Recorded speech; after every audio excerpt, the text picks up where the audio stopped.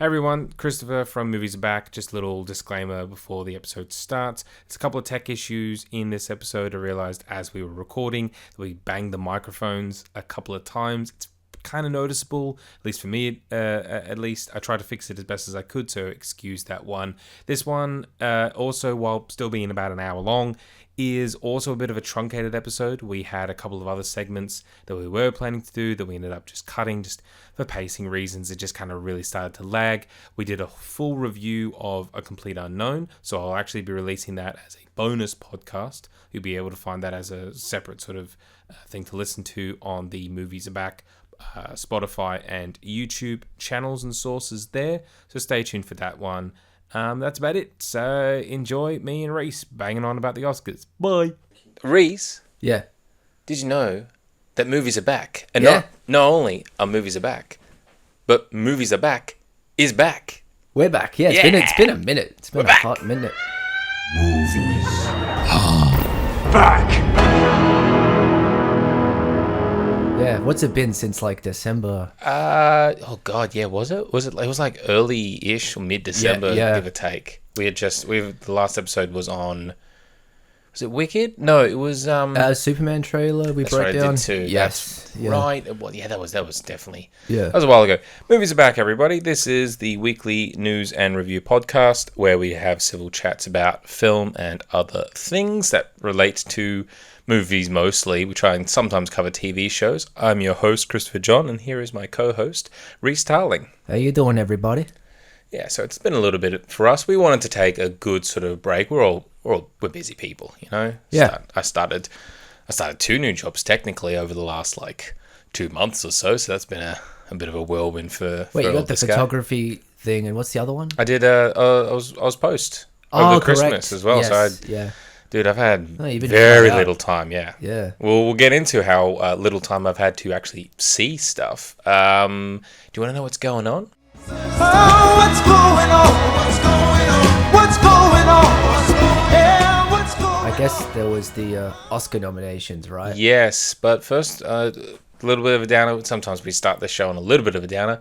David Lynch passed away. Yes. That was kind of, I would say, big news in this sort of the film world. Just in general, he was definitely one of those influential filmmakers that I think a lot of people would put up there with even Spielberg or Scorsese in terms of what his movies are, you know what he did.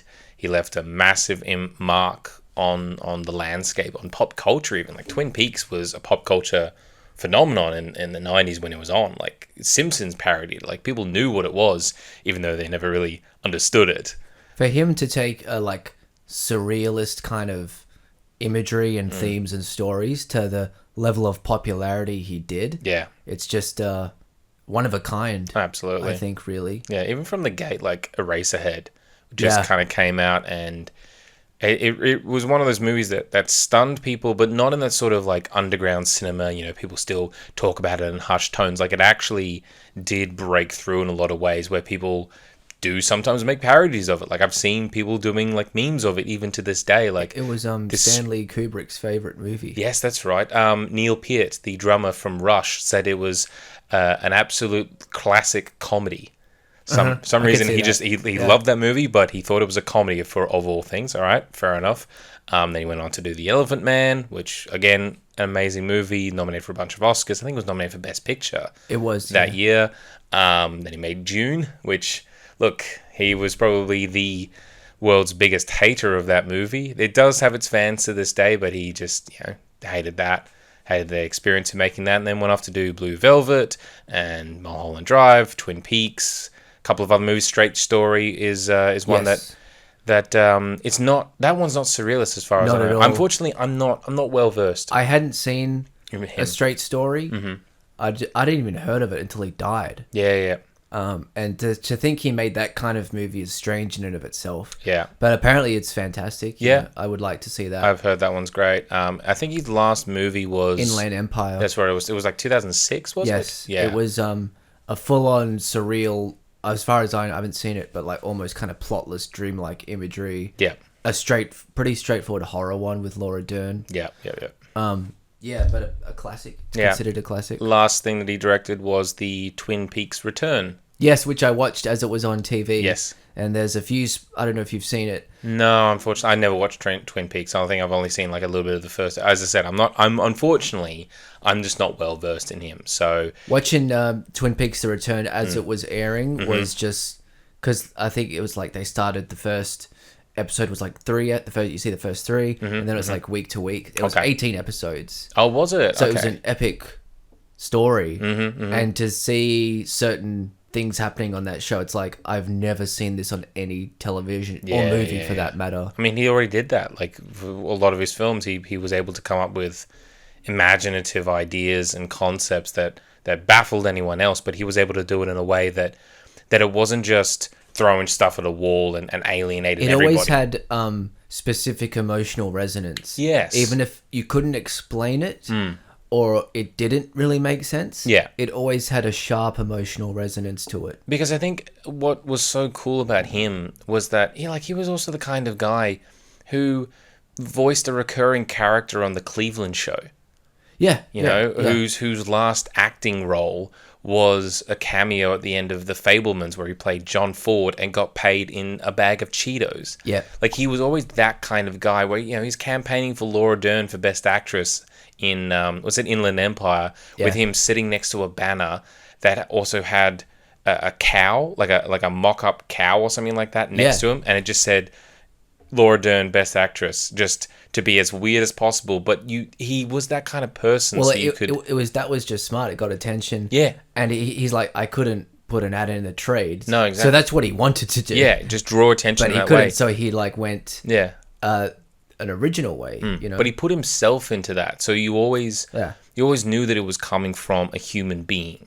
You always knew that it was coming from this just strange man with his wild hair and his very specific sort of nasally way of speaking, his strange turns of phrase. I think Carl McLaughlin described his voice as like a honk of a Great Plains voice. That's right, it was too, yes. Which is a brilliant way to describe his tribute on Instagram. Yes, Just very, it was very beautiful. moving stuff. It was so beautifully written. An absolute titan of cinema past the age of 78. We already knew that he was diagnosed with emphysema. Yes. He'd been very honest about that. He'd been a lifelong smoker. Like for pretty much the entire... Well, probably when he was a teenager. Yeah, for as long as he's been in the public sphere, he's been a smoker. He's been known as a smoker. Exactly. Like, he would chain smoke and all he the never time. he never stopped, and I would say that maybe he should have, but considering how long he lived, I mean, 78's, it's old, but it's not. That's long for a lifelong smoker. For a lifelong smoker, it's miraculous. Yeah, George Harrison died in his 60s and from the same sort of stuff, and he was a lifelong smoker as well. But but 60s is kind of young. But David Lynch left a massive mark on cinema. Unfortunately, we might not see his like again.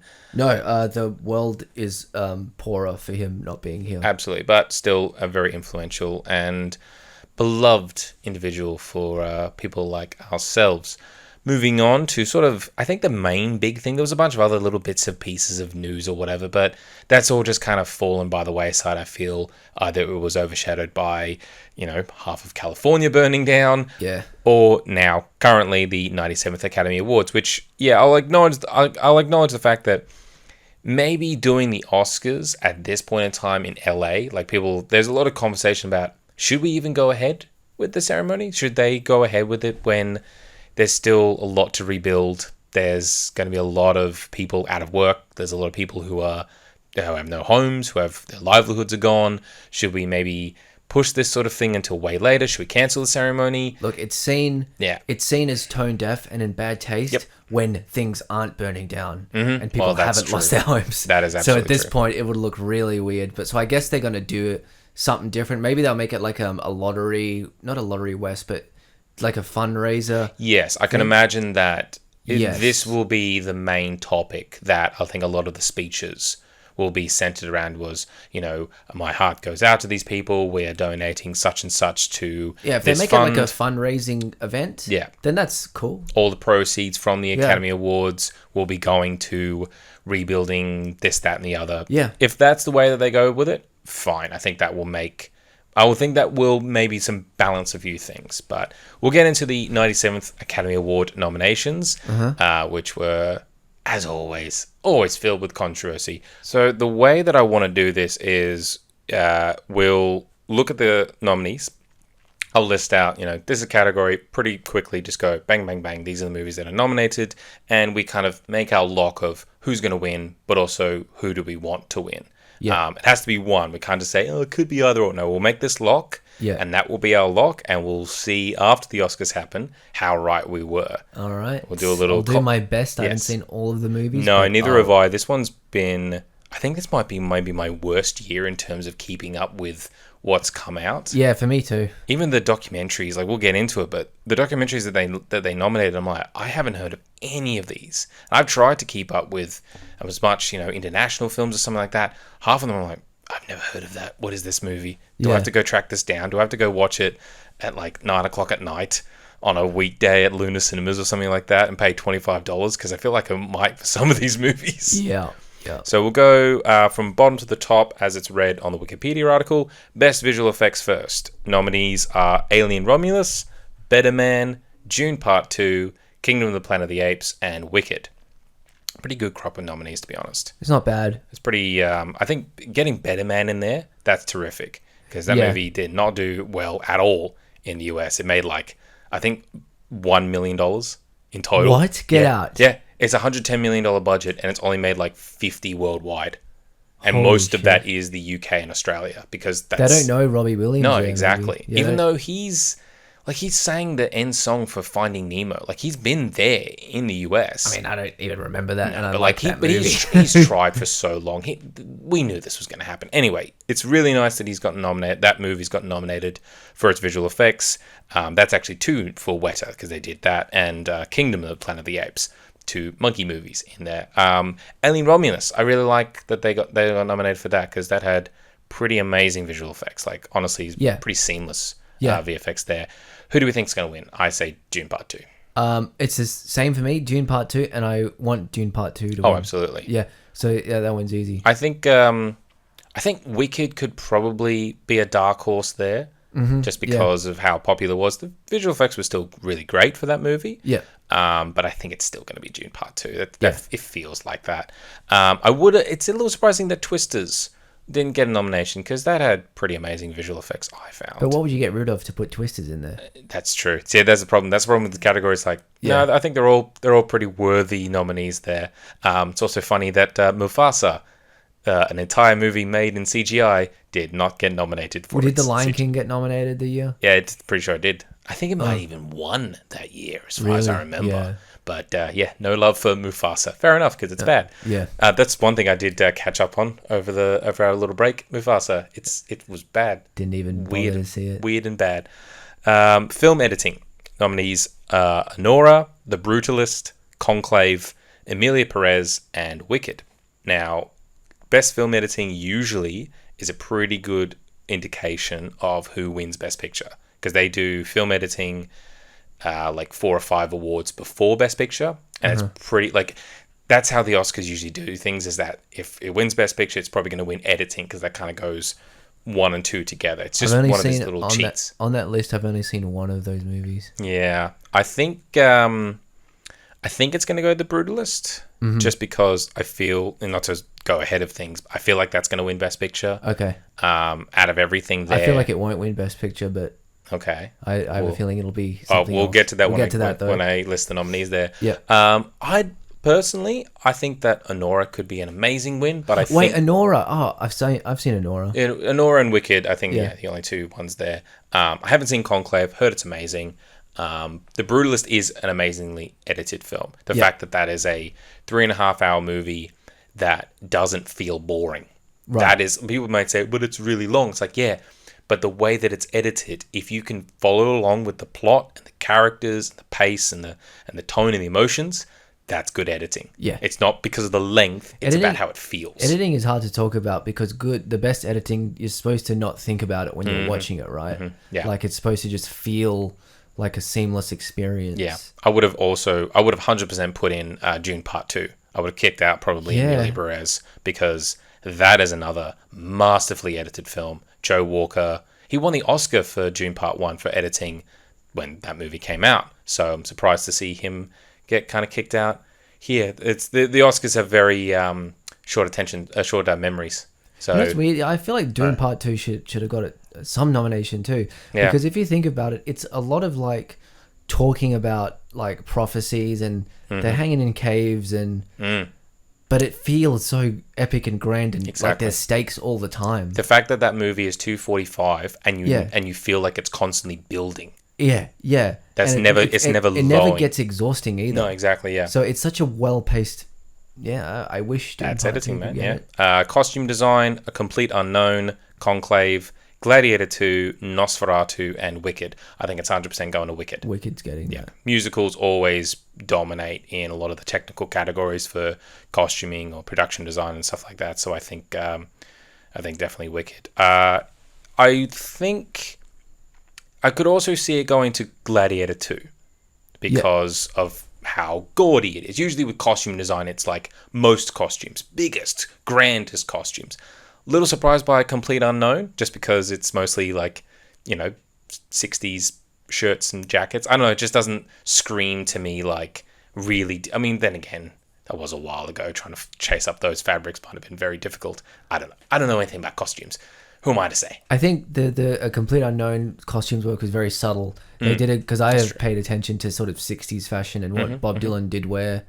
And yeah, they recreated it flawlessly. Fair enough. And it felt lived in as well. That's true. So, that is true. It yeah. didn't look like they just bought them off a rack. No, yeah, it looked really authentic. That's good. So I'm, you know what? I kind of hope A Complete Unknown gets it. Yeah, that would be nice. Wicked will get it though. Yeah, it would But definitely. I would like A Complete Unknown just for. I would. yeah. I would like that. But then also, Nosferatu would be pretty cool. Just Yeah, but that's also like very like a period piece. Like I feel mean, like costume design usually nominates period pieces. It they- very they rarely do, nominates yeah. modern films. But I mean, a Complete Unknown is a period piece. yeah, well, that's true. Yeah. Makeup and hairstyling. We have A Different Man, Emilia Perez, Nosferatu, The Substance, and Wicked. I think that The Substance is going to get it. The Substance is going to. What do you think? What were the other ones again? A Different Man, Yeah, where you have Sebastian Stan That's being made right. up to that one's going to get it. well to look like Yeah. Adam Pearson, a real life person Yeah. who has, I can't remember the name of his condition. He has basically tumors on his face. Yeah. So yeah, Sebastian Stan is made up to look like that kind of person, and then has a procedure to remove those, and then meets Adam Pearson, who is this larger than life amazing person, and he just gets very jealous of this guy. Yeah. It's a very weird film. Emilia Perez, haven't seen it, so I can't really speak too much about its makeup. Nosferatu, Bill Skarsgård is completely Yeah. hidden in that movie, so I would say I would want that I would to win. prefer if Nosferatu won. Yeah. But I think it's going to be The Substance, just because it's so big, it's so crazy, it's so like wow. The monster at the end is very But impressive. even just that, like almost all of Demi Moore's performance up to a certain point is just her in makeup, whether when she's doing the old age sort of thing, and it just gets worse and worse and the worse. emerging from the spine effect. I mean, It's got to. It kind of should have got visual effects. kind of. I mean, I think. Yeah, see, that's the problem. Is the Academy sometimes forgets what visual effects are. Yeah, but that is a visual effect, isn't it? Well, yeah, they don't. It's a practical effect. They but usually see visual effects as being most CGI. visual effects. Yeah, Right, CGI. So yeah, I would say The Substance will get it, but I would love Nosferatu. You same thing? I think Nosferatu will get it, and I think it should win it. Actually, Okay, fair I'll enough. go with Nosferatu on that one. Cinematography, we have The Brutalist, June Part 2, Emilia Perez, Maria, and Nosferatu. I think that The Brutalist will win because it's new. They shot it in VistaVision to make it look like the 1950s. It is an amazing, like impeccably shot film. Yeah, I would love if June Part 2 did win. Yeah. Because that is the best shot movie of the year. It's still my favorite movie of last year. yeah. But I think that The Brutalist it kind of has more of that sort of play. It sucks to talk about this movie to say that, oh, well, it's going to win, but maybe it shouldn't. It's like, no, it's still a great movie. It's just that there's another really great movie that's right on its heels in terms of visual magnitude. Yeah, I think The Brutalist will win it. I haven't seen it, but I bet you it will get that. Yeah. It's very surprising, however, that Sayumbu Muktiprom, who shot Challenges, Trap, and Queer, all from 2024, didn't get nominated. Kind of. I thought Challenges would be a lock-in for cinematography. I would probably kick out Emilia Perez or Maria to boot in challenges, or even, you know what, even Alien Romulus. That was really just gorgeous cinematography there. The way they used the color orange as like the sort of main bold color throughout the entire film. I liked the dusty feel of that movie. There's also a lot of like lens choices. You can see like the sort of, I feel like they used old lenses or something. Yeah, they did. Like these sort of like edges on some of the lights had this sort of weird vintage sort of coloring that I absolutely love that effect. Yeah. But still a pretty decent category. I've seen them nominate some very bad films in best cinematography in previous years, so still pretty good. Production design, we've got The Brutalist again, Conclave, Dune Part 2, Nosferatu, and Wicked. I think it's going to go to Wicked. Yeah. They built like all the Munchkin land. It should get it. Yeah. It's like a production design movie. Dune Part 2, still amazing production design, but I think that Wicked, the fact that they built so much of that. Well, Dune used a lot of the desert to great effect. That is true. Wicked, they had to whole cloth, like invent Oz. That's a very good point. Yeah. So I think we're very much in accord on that one. Best sound, A Complete Unknown, Dune Part 2, Emilia Perez, Wicked, and of all things, The Wild Robot. Dune Part 2 for both. Like, it should win, and I hope it wins. I think Wicked's going to win. Because sound design? Because musical. Yeah. Because musical, it's all about sound for them. So they're going to go, oh, well, you know, it sounded great. So therefore, he'll get it. Like, you have to think really stupid. But I don't remember any memorable, really, sounds of things in that movie. Well, you can hear the musical numbers, so therefore it But sounds that's good. more sound mixing, I know. isn't it? Yeah. Well, see, that's the thing. They used to have sound editing and sound mixing, but now it's just all sound. Oh, so there's no sound mixing category? No, because sound mixing is how you mix everything. Sound editing is how you create sounds. Sound, yeah. You create, you know, like the most classic example of sound editing is creating the blaster and lightsaber effects for Star Wars. Yeah. How you put that together with the score and the dialogue, that is mixing obviously. But recently I think it was a couple of years ago, they just merged it all into one category, which I think sucks. I don't like that. It's a bit disrespectful. Yeah, it very much to the sound. They're different department. jobs. I mean, I'd say Dune though. I want that to win, Yeah. but I'm gonna say Wicked just because I know the Academy. I've been paying attention for many years now, and you got to think real dumb with these guys. But I will say it is amazing that an animated movie has gotten a sound nomination. That doesn't usually happen. No, they usually just relegate animated movies to either Like animated feature or best original song. Right, Because yeah. there's usually a song at the credits or something like Yes. that. But yeah, so that was a bit of a surprise. Like, oh, all right. Good for them. Yeah. Just good for them. Here's a category that I know nothing about, and I can't really say who's going to win. Best original song. What are the songs? 2 songs from Emilia Perez. A song from the movie Sing Sing. Of all things, the song Never Too Late from Elton John. Never Too Late. Music and lyrics by Elton John. Huh. Which, to me, that screams of, we want to get Elton John to perform at the Oscars. Yeah. So, the one, however, there's a 5th nomination here. I don't know any of these songs. Can't tell you what they sound like, so I don't really care. Whatever's going to win, good for you or whatever. We're going to have to listen to these songs at the actual ceremony. They're going to have to be performed, so hopefully they're not all really boring. There's one in here, the Journey from the movie The 6888, music and lyrics by Diane Warren. If you don't know who Diane Warren is, don't worry. Not many people do. She's mostly a songwriter.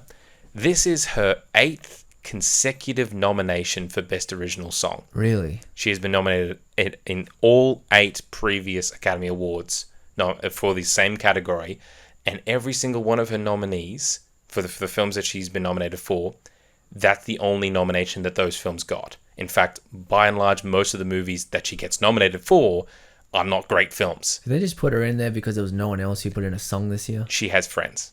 Oh, okay. That's all it is. She just has friends in the Academy that like her. Because that's the only reason why she's gotten 8 consecutive nominations for the same bloody category. Even though no one's heard about these songs or even these movies sometimes. Just pretend Defying Gravity is an original song and just nominate that. That's why they're 100% going to go. It's my favourite song. They're going to be doing some new original song for next year, for Wicked Part 2, because they want to get something in there. But I guarantee... That's what they do with those Disney movies. Do you think they're going to perform a Wicked number at the Oscars? Yeah, fuck yeah. Why wouldn't you? I would hope that they do, even though they don't have one nominated. You got to do Defying Gravity at the Oscars. That's a no-brainer to do that. Yeah, it's an uplifting, popular song. Yeah, of course you play that. If they don't, then they're stupid. They're stupid, Chrissy. I would be surprised if they didn't, to be honest. Best original score: The Brutalist, Conclave, Emilia Perez, Wicked, and The Wild Robot.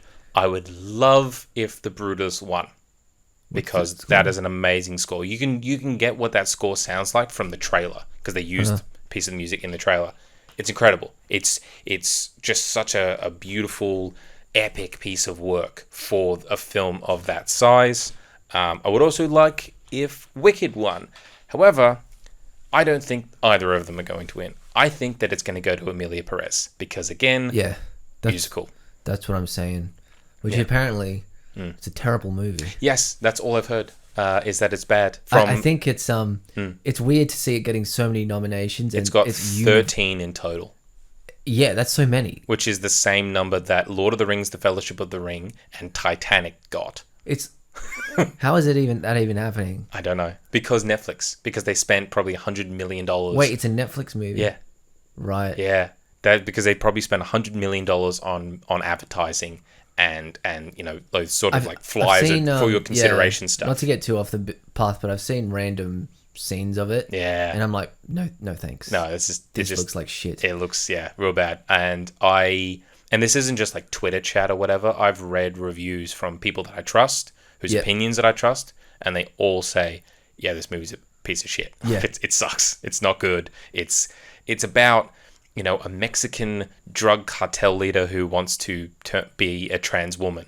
And you might think, oh, wow, so empowering, so diverse. But apparently it's really offensive to both trans people and Mexicans. That's what I've heard. Because it's not directed by anyone involved who is a trans person or Mexican. He's a French man. It's some French director who adapted this movie from his own self-made opera. Well, you got to respect the hustle, I guess. I guess. It's truly baffling. Next one is, we're going to do a bit of Best Animated Short Film, Best Live Action Short Film, Best Documentary Short Subject, and Best Documentary Feature. I don't know any of these movies that are in these categories. Yeah, Spider-Verse for all 5 of those things.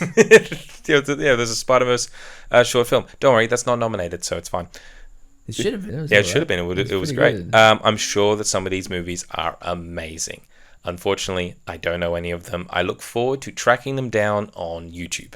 Best International Feature Film. We have Emilia Perez, again, Flow, which is an animated movie. I've heard that was good. Yeah, it's from Latvia, of all places. The Girl with the Needle is a Danish film. I'm Still Here is a Brazilian film. And The Seed of the Sacred Film, which is from Germany, but it's also the language that they use is Persian, of all things. No, Seed of the Sacred Fig? I've heard of that. Yes, I have heard of that as well. My parents, I think, went to see it. They were playing it at Somerville. Yeah. So it's got a lot of... The poster looked good. Give it to that one. I like the look of that one. I mean, look, I'm going to say that it's just going to go to Emilia Perez because it's gotten so many nominations elsewhere that even if it doesn't win Best Picture, it'll probably win International Feature. So whatever. I would prefer if something like I'm Still Here wins. Unfortunately, I haven't seen any of these movies. Yeah. I still want to get around to them, but I've heard that I'm Still Here is amazing. And that one has been a bit of a real sort of dark horse to even go so far, not to get ahead of ourselves, but it's been nominated for Best Picture as well. Oh, okay. And for Best Actress. Yep. So if that won Best International Feature, I guarantee that those people would be over the moon, like, oh my God, we didn't think that we were going to win. And I can see that, and it'd be such an amazing moment. But it's probably not going to happen. Yeah. It's probably just going to go to Emilia Perez, so whatever. I would have preferred to have had, there's a couple of movies that I have seen, international movies. Girls Will Be Girls, which is an Indian movie about a teenage girl that I thought was fantastic. Very small film, but highly recommend that one. Touch, which was that Icelandic Japanese movie about the Icelandic dude who went to Japan when he was younger, fell in love with a Japanese woman. Oh yeah, I fell saw out. trailers. So many Yes. trailers for that. Very good movie. It very, is. very Yeah, 'cause do surprising. you remember we would mock it? And Yeah, then- we were. and We then- watched the trailer and being then you like, see oh, it. this looks so bad. And then you say, like, it's good. Okay, if you say it's good, I check it out. It is quite good. It was very affecting. Yeah. And Kneecap. Kneecap would have been amazing. That's the Irish hip hop Oh trio. yes, yeah. They didn't get nominated, and their response, not to get too candid, their response on Twitter was, "Fuck the Oscars, free Palestine." That's and I was just awesome. like, sick. Yeah. You guys are awesome. That's They cool. did get nominated for a bunch of BAFTAs though. So Oh, yeah. good for them. Yeah. Awesome. Would have been nice if to see them in there. Best animated feature: Flow, Inside Out 2, Memoir of a Snail. Yeah, Australia. Oh yeah. Nice. Wallace and Gromit, Vengeance Most Foul, and The Wild Robot. Personally, I think Flow will get the win. I feel like the Wild Robot will get it. Maybe. Honestly, it's a pretty good category. Yeah. I think every film in there deserves to be there. Even Inside Out 2, I know it's more of the big blockbuster Disney type movie, but it was still very good in of its I own right. saw that's the only one I saw on that list was Inside Out too. Yeah. And I thought it was good. But not, I don't think that will go all the way to the win. I think that the animated category is so diverse, especially this year in terms of even just animation styles, like Memoir of a Snail and Wallace and Gromit, to clay Stop motion. Yeah. To have that in there, that's amazing. Flow is like a 2.5D where it's CGI, but it looks like a painting. Same with the Wild Robot as well. It's real diverse styles in there. Is Wallace and Gromit still the same voice for Wallace? No, he passed away, but the guy who's doing it sounds exactly the same. It's kind of weird how exactly the same he's been able to do it. I think Flow will get it just because it's nominated in a couple of other categories, so that's good. I would hope that Memoir of a Snail wins, because that would be amazing. Adam Elliott, the director of that, he's an Australian director. He did win Best Animated Short Film for Harvey Crumpet back in, the 90s or something like that. That's kind of how his career started. Unfortunately, he's kind of struggled to get his films financed, which is why there was like 15 years or something between Mary and Max and Memoir of a Snail. Right. Which sucks, but I think, if he could go all the way to the win, that would be amazing for not only him, but for our country as well, to say, I want an Aussie to win, so Absolutely. I Come want on. the Snail one to win. yes, let's go Snail. Hooray. It would have been nice to see Transformers 1 in there. Yes, I agree. Actually, if that was nominated, I would want that to win. I think so. Because I enjoyed, I don't know if we put it on the pod. We did, I loved last it. time, sorry. I loved it, yep. Yeah, that was amazing. But you know what's also really nice? Moana 2 wasn't nominated. That's good. Yeah. That's a sweet little victory to say, no, we're not even going to nominate the Disney movie, because not even that's good enough for us. We're actually going to look at the really good stuff over here, not just whatever Disney did, Yeah. So that's nice. I like that. That makes me happy. Moving on to Best Adapted Screenplay. This is sort of the big categories. Adapted Screenplay, we have A Complete Unknown, Conclave, Emilia Perez, Nickel Boys, and Sing Sing. Personally, I think that Conclave should win because, I haven't seen it, but I've heard that screenplay is just amazing. It's kind of funny, but it's also dark. It's like a real good pulp thriller centered around the Catholic Church. I think that Emilia Perez is going to win. Yeah. For adapted Emilia screenplay. Perez is gonna win. It would also be nice that something like Nickel Boys or Sing Sing, because they're tiny, tiny films that somehow have gone all the way to this nomination. It'd be amazing if those movies won. Last year we saw American Fiction win adapted screenplay. It didn't get any other didn't get wins. anything else. No, but that was a really good win. That was very well deserving. Yeah. Even with Oppenheimer in the same category.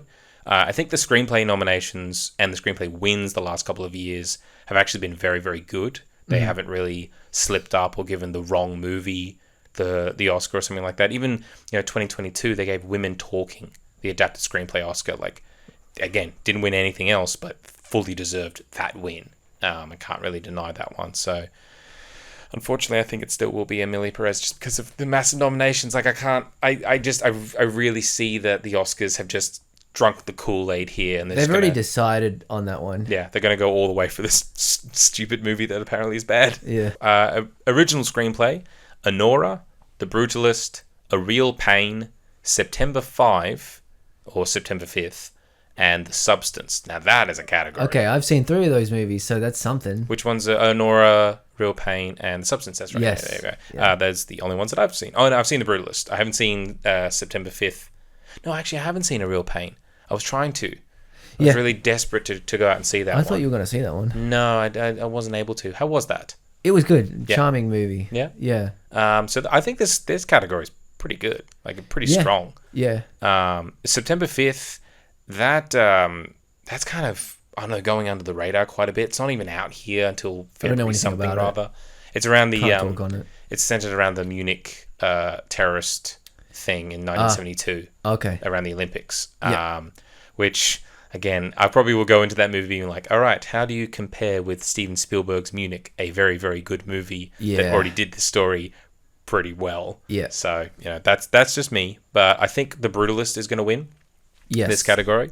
However, I would very much like if Anora won. Because I was going to say, Yeah. I think Anora will win.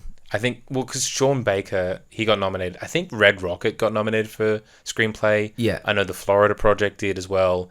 So it would be nice if he could get his flowers now. He won the Palme d'Or at Cannes. So, a little bit of Oscar love would be very, very nice.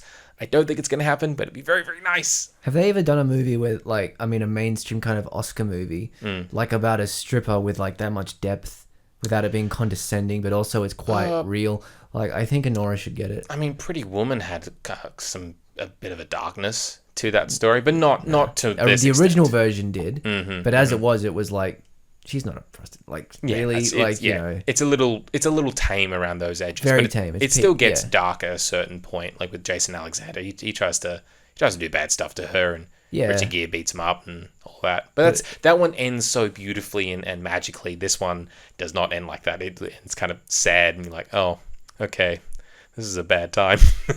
At the end, it was just like a bit of a bad time, but it was good in that way. I want Anora to win it, and I think it will win it. Okay, fair enough. This one, I think, could have also still had nominations for challenges. That screenplay is amazing. Yeah. The way that is as funny as it is, but as emotionally driven as it is. The confrontations in that are like tennis matches in themselves. Just like, gorgeous. Would have also been nice to see I Saw the TV Glow, or Kinds of Kindness, Blink Twice, Strange Darling, Rebel Ridge, Saturday Night. There was a lot of great original screenplays just in general. Yeah. So I think there was some bit of, I don't know, I can't really say this category is lacking, to be honest, because these movies are like good screenplays, but it's just there was also so many more. I think we just had an embarrassment of riches in 2024. We'll move on to supporting actress. We have Monica Barbaro for A Complete Unknown, Ariana Grande for Wicked, Felicity Jones for The Brutalist, Isabella Rossellini for Conclave, and Zoe Saldana for Emilia Perez. A lot of Barbaro and Grande and Rossellini and Zaldana, like a lot of Latinx foreigners. A lot of Latinx are sort of European names here, and then there's Felicity Jones, like just English woman. I know, yeah. It's interesting how they've done that. I think that Zoe Saldana will win, but I prefer if Ariana Grande won. I think Ariana Grande actually will get. Okay. Yeah. Okay. There seems to be just a train behind her to win it. Yeah, but there was also a bit of a train behind, Ryan Gosling as Ken in Barbie. And he got the nomination, but he didn't go for the win. And he could have. But that had optics of like, well, you want to give Ryan Gosling for the Barbie movie? Like, yeah, but it's like giving, Ariana Grande for Wicked when it's... No. I mean, a man in a Barbie movie. Okay, it's kind of, optic-wise, I don't, But for Ariana Grande, I feel like she was just born for that role. Yeah.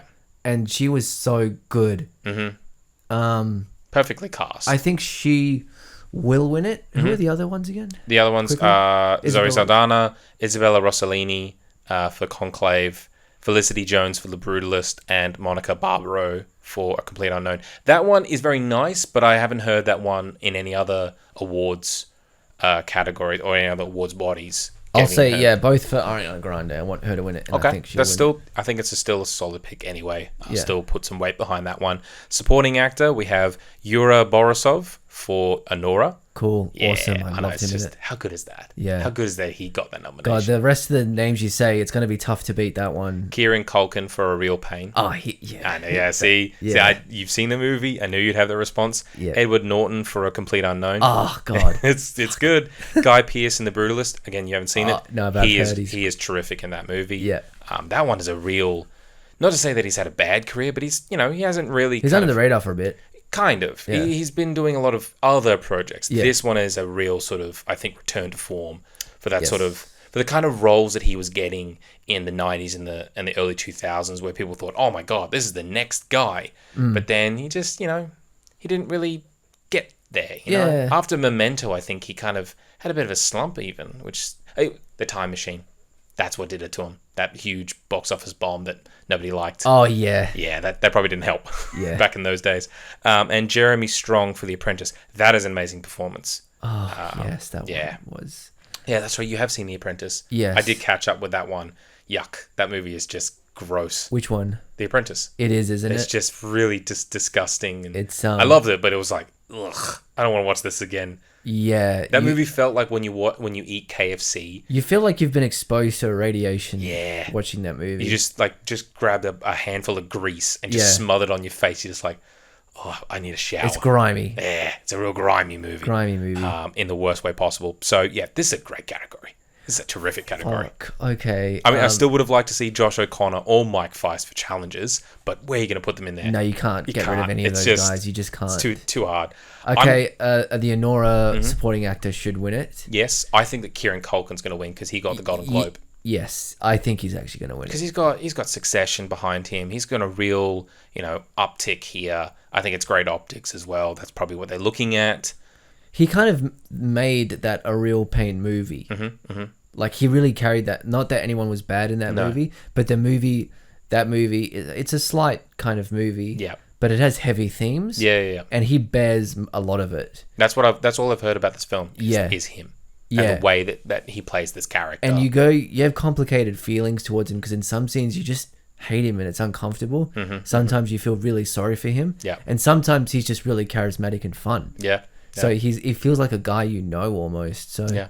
I'm talking myself into Kieran Culkin. I look, honestly, if it's Yura or Kieran, terrific. Yeah, I'm gonna say I'll go with the Nora. Yeah, I don't think it's going to be Edward Norton because has he ever won an Oscar? I don't know. No, I don't think he ever has. he should win one. That's weird. He seems like the kind of guy to have already won one at this point because he's known as being, an amazing actor. So Yeah, but he's okay. not liked. No, well, That's the problem. He's very He particular. pisses people off. Yeah, that's why he hasn't won. He's still great though. Yeah, but they don't go really with that. They have to be it's liked. like Mark Ruffalo, another Hulk actor, where he gets nominated a bunch for different movies, but he's never won. Yeah, He was nominated for Spotlight and Poor Things, great performances, still never won. Yeah. So that's, but Guy Pearce probably not, Jeremy Strong probably not. There again, another Succession alum there. Yeah, true. So clearly the Oscar voters are fans. We'll move on to Best Actress. This one is a wide open field. okay. It could be anyone really. We got Cynthia Erivo for Wicked. Yeah. As Elphaba. Probably, I don't know, now I would say one of the most defining versions of that character that has been performed many times on stage. The only one I know about. Yeah, I well. haven't seen the stage show. Carla Sofia Gascon, as I'm sorry if I mispronounced that name. She is the titular Emilia Perez. She's a trans actress, so I think she's one of the first, if not the first, trans woman ever nominated for Best Actress. Right. So that's, even if that movie sucks, Yeah. that's an amazing nomination. Yeah. Good for her. Mikey Madison for Honora. That's a career-making turn, but, I think that had a lot of hype, but there was a lot of controversy around the fact that they didn't use an intimacy coordinator. You think But that maybe would affect? Well, maybe that was just online sort of I think that's more chit-chat. online chit-chat. we got Demi Moore for The Substance. That's a career resurgence. Brendan Fraser, Ke Huy Quan, sort of, oh my God, they're back. And not to say that they really went anywhere, but they're back. What's the next one? And Fernanda Torres for I'm Still Here. She won the Golden Globe for Best Dramatic Actress. It's going to go to Demi Moore. Yeah, I'm thinking of that as well. She should probably get it. I think she would deserve it the most. I would say that Demi Moore is going to win. I think that it's got enough of that, celebrity sort of. She's been there. She's been around for so long. She's probably got friends who love her and has gotten her to this point. They probably don't care that it's a horror movie that turns into spraying the audience with a fire hose full of blood. Like they don't care about that. They just look at, oh my God, Demi Moore. She's so cool. I like her a lot. That's what they vote for. Is I like that person. She gets my vote. And it's kind of quote unquote brave. Still deserves it, absolutely. I would also still, personally, who I think should win, Cynthia Erivo, just because I love her and I've loved her for years now. But well, she has to like do those songs and she has on to act. Stunts. Yeah. And in front of blue screen, sometimes she was singing to lot. Nobody. Yeah. That's, I see what you mean by it being an open field. But it's a great category, though. Like, Demi Moore, the story and the substance, like, I mean, that's a challenge to do because, like, it's kind of a parody and it's but it's very real as well. Yeah. And she threads the needle. She's funny, but she's flawlessly. Also... Oh, yeah, we mentioned it in a previous episode. Like, my favorite scene of that movie is one where she doesn't even have any dialogue. It's where she's just getting ready for makeup, the date. yeah, exactly. And she keeps ruining her makeup and doing it again and getting a different dress on. It's just like this very real moment of hating yourself so much that you just ruin your life. It was visceral. I felt that. So that's why I say Demi Moore. Okay, no, fair enough. I think that's still solid pick. She wins. That's an amazing moment for her. Yeah. We are missing, however, Marianne Jean-Baptiste for Hard Truths, which was Mike Leigh's latest movie. Zendaya for Challenges would have been absolutely amazing because that is her movie. She rules that entire film. Yeah, she was really good. I would have also put in Lily Rose Depp for Nosferatu. Again, I don't know who I'd take out, but I would put in Lily Rose Depp for Nosferatu because that is... I would say she, in my opinion, I just thought she was all right in the movie. Really? I actually thought, like, the physical acting was really good. But, I don't know, like, she wasn't on the same level as anyone else in that movie. For me, it was the first time that I really saw her as a true actress because she's good in it, but it's I think it's a bit overrated. Okay. Is in my opinion. But she is good in it. It's one of those roles where it's going to ask you to do a lot of big stuff. It's a really big role in terms of, like, the sort of possession scenes that she has where she's drooling and eyes rolling the back of her head. Well, that stuff she did flawlessly. Yeah. I would have actually, on that note, no one would have nominated this, but I would have put Nell Tiger Free from First Omen. That is an incredible horror performance. Better than Lily Rose Depp. I still am the only one who's like, I like the First Omen. Nobody's talking about the movie. Everyone talks about bloody Immaculate or Long Legs and stuff like that, but I'm still just going, First Omen was pretty good. We'll move on. Best Actor. We've got Adrian Brody for The Brutalist, Timothée Chalamet for A Complete Unknown, Coleman Domingo for Sing Sing, Ralph Fiennes for Conclave, and Sebastian Stan in The Apprentice. Oh. Great category. Great nominations, I think, pretty much all around. I don't know who I'd really... It sucks that Daniel Craig... Again, I haven't seen Queer, but apparently Daniel Craig in Queer is, like, one of the best performances he's ever given. Yeah. So it's weird that he's not here. Beyond that, I think Adrian Brody's going to win. I think he's going to win. Yeah. But I wouldn't mind if Sebastian Stan won. That would make certainly a statement, seeing as he's playing the current president. But his performance in that was objectively amazing. Oh, it's incredible. Yeah. He channeled and this is a thing where it's like, we're sick to death of impressions of him. I'm sick of it. Yeah, but he didn't do that. No, it seemed like he channeled his essence but didn't do an impression. Yeah, definitely. I think that Adrian Brody's going to win, who I prefer, even though I love Sebastian Stan in The Apprentice. I can't speak to The Brutalist. I haven't seen it. But no. I'm sure he's good in it. He is great. He is truly amazing. I haven't seen The Pianist. I've never seen that movie. Neither have I. He won Best Actor for that. I feel bad I haven't seen that movie. Don't feel bad. It was made by a pedophile. Anyway. Yeah, true. You're right. I would love to see Coleman Domingo win. Yeah. Sing Sing, I did catch up with that one. Incredible movie. Just, it's a tiny film, shot on film. It's set in a prison. Most of the actors in it, beyond Coleman Domingo, are real life. Well, Sing Sing is a prison, isn't it? Yeah. It's in New York. I think, as far as I remember. I've only seen Colin Domingo in Euphoria, Yes. but I was like, give him the Oscar. I loved Euphoria. him in... Did you see that movie Zola? No. No. Terrific movie. He's amazing in it. He's terrifying. Really? He's got such a great range, but in this movie he's so warm. You know, his character calls everyone beloved. Mm-hmm. That's this thing with this theater group that's in this prison. He calls everyone beloved, but it's not. You know, he doesn't do it. Sort of. It mockingly. feels sincere. Oh yeah, it feels genuine and sincere. He's one of the only professional actors in that movie. Everyone else is real life ex-prisoners, ex-members of this theater group, and that is just highly recommend Sing Sing. So I would personally put Colin Domingo as my preference, but I think Adrian Brody there.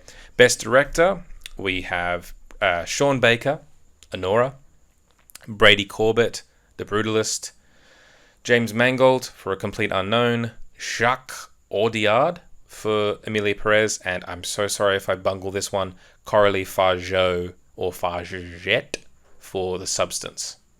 Now, where's Denis Villeneuve? Not fucking here. What That's the where hell? he is. He's not fucking here. How can you not have you got Emilia I don't know. Perez? They didn't nominate him for Dune Part 1. And they didn't nominate him for Part 2. It's just like they clearly It's a snub. fucking hate him. It's a snub. I'm sorry for swearing so much, but it's driving me nuts now. That's a snub that he's not nominated. The good thing is he doesn't give a shit. He doesn't care. Because he's going to go make Dune Messiah, and it's probably going to be amazing. Yeah, and might get, Best Picture, Best Director nominations, but at that point he's like, I don't care. That's fine. If this movie came out in November as original, could be different. Yes, and I think that's the problem with Because it came out in February. I think that's the problem with Dune Part 2 and Challenges. They came out too early. Yeah, they were supposed to come out in November of 2023. Got pushed because of the strikes, then came out in March and April of last year. Yeah. Still were amazing, still made a bunch of money, beloved by audiences. People went to go see Challenges and went, that's a fucking movie. That is an amazing, amazing film. But the Oscars have such a short attention span that they just went, sorry, no, we don't. We'll give that one a couple of nominations. We'll give Dune Part 2, some of the techie awards. Not even an original score. Sorry, it doesn't. There's a rule against that bullshit. There's a rule. Yeah, give it to Sean Baker. Apparently, I think I saw some interviews with Mikey Madison about their collaboration. Sounded amazing. So yeah. He really let her have input into scenes and her character. Oh, he seems like a great dude. Yeah, he seemed like he guided that ship really well. I think how it flitted between being kind of a grimy drama and a fucking farce. Yeah, exactly. So effortlessly. To balance that tone where you're laughing so hard. I've said this before. I've never seen you laugh so hard in a movie before. But then by the end, you walk out kind of cold and kind of whoa. You just feel so sad for her. So Sean Baker should win it. Will he win it? No, it'll be the Emilia Perez director. I think it's going to go Brady Corbett, The Brutalist. I think the whole thing with that and the way that they kept it a $10 million budget, meant to be a 50s style, 50s shot epic and all that sort of stuff, that sort of monumental production. I think that will definitely go there. The whole... We can talk about this now. The whole AI controversy thing, I think that's just blown over now by this. Maybe yes, it will affect it. Maybe sure, The Brutalist loses because some guys made a big deal about the fact that they used Respeecher to slightly perfect some of the Hungarian accents. Which, honestly, there's so many movies that use Respeecher now. If you want to boycott them all, you're not going to be watching many movies in the future. But sorry. It's just a tool they use. I know. Slightly. Who cares? And the other one was they used it to design. They said the headline, for anyone who doesn't know what we're talking about, there was the editor of the movie came out and said, we used generative AI to design some of the things towards the end of the movie shown on screens. And people ran with that to say, they used it to design all the buildings in the movie. And then the director came out, Brady Corbett, and said, no, we used it to generate elements, graphic design elements, in the background of one shot that was intentionally made to look like cheap and nasty 80s video technology. That's what we did. Yeah. Which I read that and went, that's nothing. That is absolutely nothing. That's what people were banging on about. Like, I get it. Generative AI, it's a controversial subject. We don't like it. You know, we have a category that's dedicated to AI bullshit. But to me, that's like, whatever. Like, as long as it didn't cut down a rainforest, fine. I think there is an ethical way to use AI if it's used small, like people who already are video editors or graphic designers use a new tool, like how music editors started using Pro Tools. People thought that was going to be the death of music. Yeah. But turns out like everyone uses that now, and it makes things a lot easier, a lot better. Now everyone can make music because of that sort of technology. Yeah. So I think there is a way to do it, and I think they did it the best that they could with their tiny budget. And it worked out pretty well because they're probably going to win Best Picture. So, I don't know. I just don't have that much of a problem with this whole... I don't really give a shit. No, yeah. Yeah. I mean... I wanted to address that because it had been so dominating the conversation. Yeah. Whatever to all that. Yeah, People exactly. getting sore about it. Oh, fuck yourself. I know, exactly. There's nothing we can really do about it. They're going to do what they're going to do, you know? Yeah. So I think Brady Corbett, Best Director. That's my pick. Yep. I would prefer, however, Coralie Fargeat. Or Fargeat for The Substance. Yes. Imagine that. Yeah. That would be amazing. I don't think it's going to happen, but it'd be very nice. Yeah. Very, very nice if she goes. Yeah. That was a really well put together movie. Yes. And final category is Best Picture. We have Anora, The Brutalist, A Complete Unknown, Conclave, June Part 2, Emilia Perez, I'm Still Here, Nickel Boys, The Substance, and Wicked. Look, I'm very happy that they nominated, their maximum for this category is 10 nominations. They nominated the full 10. Sometimes they only nominate like 8. I'm like, come on, just nominate 10 movies. Yeah. If that's the maximum, go for the maximum. I don't get it, but still, 10 films here. I've only seen, Anora, The Brutalist, Complete Unknown, June Part 2, The Substance, and Wicked. I've only seen 6 out of the 10. I'm actually going to say give it to Anora. Really? Yeah. I mean, it's one of the only ones you've seen on here. No, I've seen a few of them. I Yeah. saw The Substance. You haven't seen The Brutalist. I haven't seen The Brutalist. I'm trying not to hype it up too much for you, but it is pretty... I've seen half of the movies on that list. Yeah, all right, fair enough. So I'll say give it to Anora. Have you seen Conclave? No, I haven't. No, I've heard that's amazing, though. That's what I've heard too. I would love if Anora won. I think Wicked will actually get it. You think Wicked? Yeah. Okay. I still think The Brutalist because it fits right into the Oscars wheelhouse. I think that movie will come away with, picture, director, actor, and screenplay and editing. That's like 5 Oscars, or cinematography and 6. So that's a nice even number for them. Or we could all be wrong and they just give it to Emilia Perez to be like, we really like this movie because they've been dumb in the past. They gave Green Book Best Picture, for God's sakes, and that was not that long ago. You know what? Yeah. Controversial take. You don't mind Green Book? I liked watching it. I mean, I didn't like its sort of its kind of politics, if that makes sense. I didn't hate the movie but itself.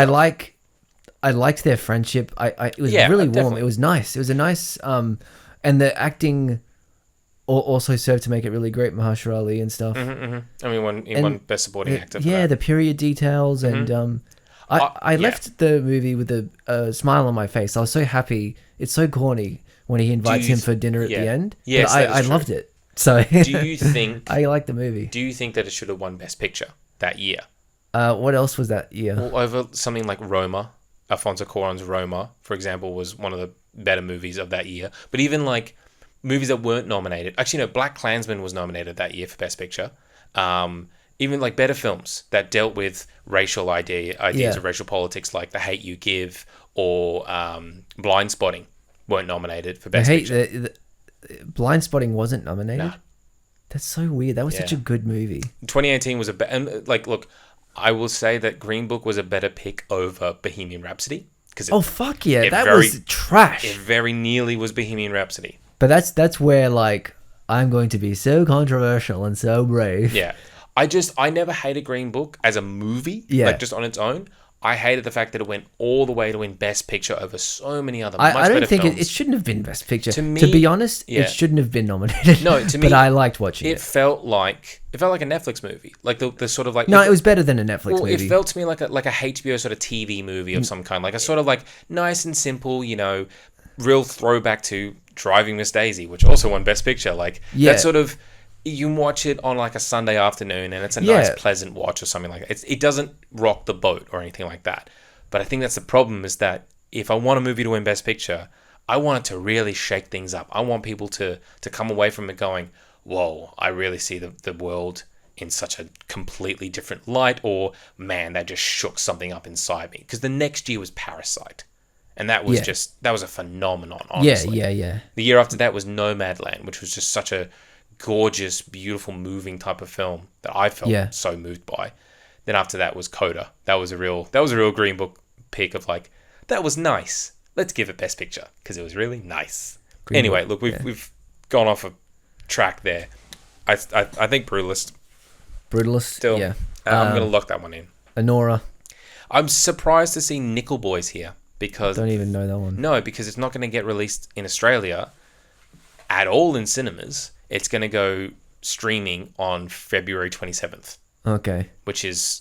Look, honestly, I'm not surprised because our cinema distribution does not take very kindly to black-led films. Right, they either get absolutely no cinema release whatsoever and just get dumped to Netflix or something, or they come out in such a small, tiny window that by the time you can or have the ability to go see it, it's gone. Like I still haven't seen Ava DuVernay's last movie.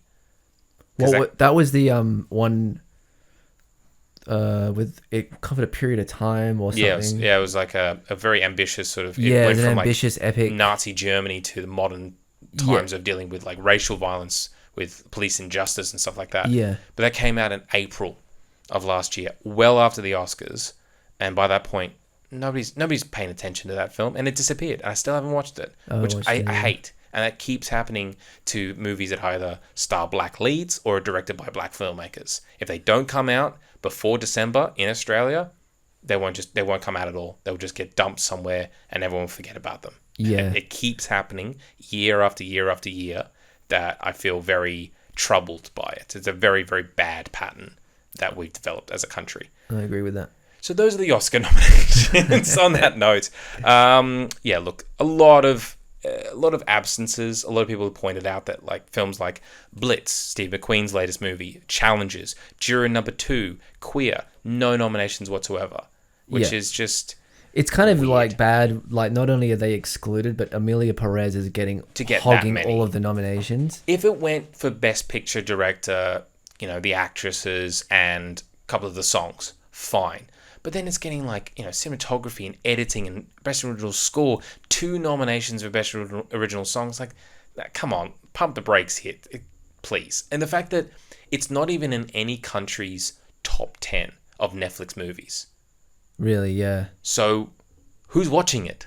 Is it just the Oscar voters? Did they just believe all the Netflix ads? This feels like just a case of like someone is getting too many hand jobs, and then this one, for some reason, there's some favors have to be repaid. Oh, absolutely. It just reeks of that. This feels so artificial. This didn't have any push. There's no push for this movie. What this is, as people pointed out, people have to realize that most of the Oscar voters are the white family from Get Out. Yeah. They just want to go to their nice parties and say, I voted for the trans-Mexican movie for Best Picture because I think it's a very important story, because I think it will really show Donald Trump, a good message. I think that's what they want to do. Part of it, yeah, definitely. Because he's saying all this stuff about trans people. He wants to deport all the immigrants or whatever. So they're going to go Amelia Perez, because that really shows that we are on the right side of history by nominating and winning and giving the award to a movie that is somehow offensive to both camps. Look, cool. Thank you, Oscars. You've done it again. So are you saying if Kamala won, this wouldn't get any attention? Kamala won June Part 2 would have won Best Picture. That's the future. That's the timeline. Nah, that's what we're missing out on. We got to deal with Amelia Perez, Best Picture of 2024. Because of Trump. It's kind of appropriate, isn't it? People. Like, it's the worst. I also put in a little thing. If there was a stunt category, these are the movies that should have been nominated: Deadpool and Wolverine, The Fall Guy, Furiosa: A Mad Max Saga, Kingdom of the Planet of the Apes, and Monkey Man. It's pretty cool. I don't know any other good category. Like The Fall Guy. That's a solid. I would believe that. Yeah, The Fall Guy should win if that was a category. The Fall Guy. It's about a stunt, man, isn't it? Yeah, that's the whole thing. They should have done it for John Wick Chapter 4. Why didn't they have it then? I'm telling you, that one should have got It's Best like the Picture. greatest action movie I'd seen in years. That should have got Best Directing. Ugh. That was snubbed. We've done it. We've done it, Rhys. We got through it. Yeah. All right. Oscar nomination. They're done. We are Movies Are Back. You can find us on some socials. I think Instagram. I'll probably be starting up a Blue Sky account because fuck Twitter. Yeah. Just in general, fuck Twitter. You can also definitely email the podcast, moviesarebackpodcast@gmail.com. Want to get some emails in there. Want to get some fan responses. I want to have a new section towards the end of the episodes. Yeah. You can find me on some socials or whatever, Blue Sky. I don't know. I'll link it below in the pinned comments. Or I don't know how these things work. Yeah. How can the people find you, Rhys? You can find me right here. Absolutely, all the time, always. We've done it. We've done it. Good night, Let's go. everybody. See ya.